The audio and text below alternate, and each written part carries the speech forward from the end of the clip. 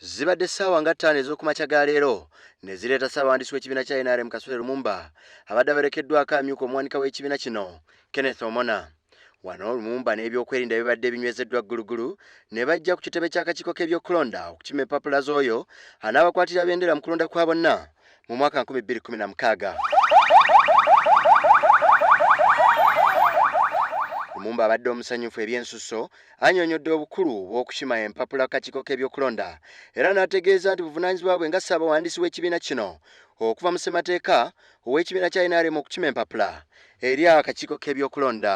Lwaki nzazze lwakubanga nze omuwandiisi w'oku ntiko wa NRM buvunaanyizibwa bwange okulaba nti candidate gwe tunaaba tufunye afuna emikono egyetaagisa n'okusussawo, ate era buvunaanyizibwa bwange okuleeta candidate oyo mulage eri akakiiko akakulira ebyokulonda mu Uganda nti bannange ffe aba yero ono yero gwe tutaddewo akwate ennamba eno nga tukuba omupiira mu kisaawe n'ebibiina ebirala.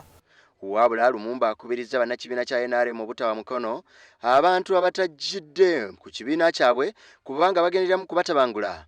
Mukyo n'ategeeza nti abantu abangi abazze okukima empapula kabonero akalaga nti ekibiina kya NRM kifumbekeddemu demokulasiya ko ne Uganda okubaamu demokulasiya nga y'omu ku ebyo bye batakabanira okujja mu buyinza. Kubiriza mwenna aba NRM yonna gye muli n'abaagala emirembe mu Uganda n'abawagizi ba NRM temuteerako mikono, temuteekako kinkumu nga muteerako omuntu atali wa NRM.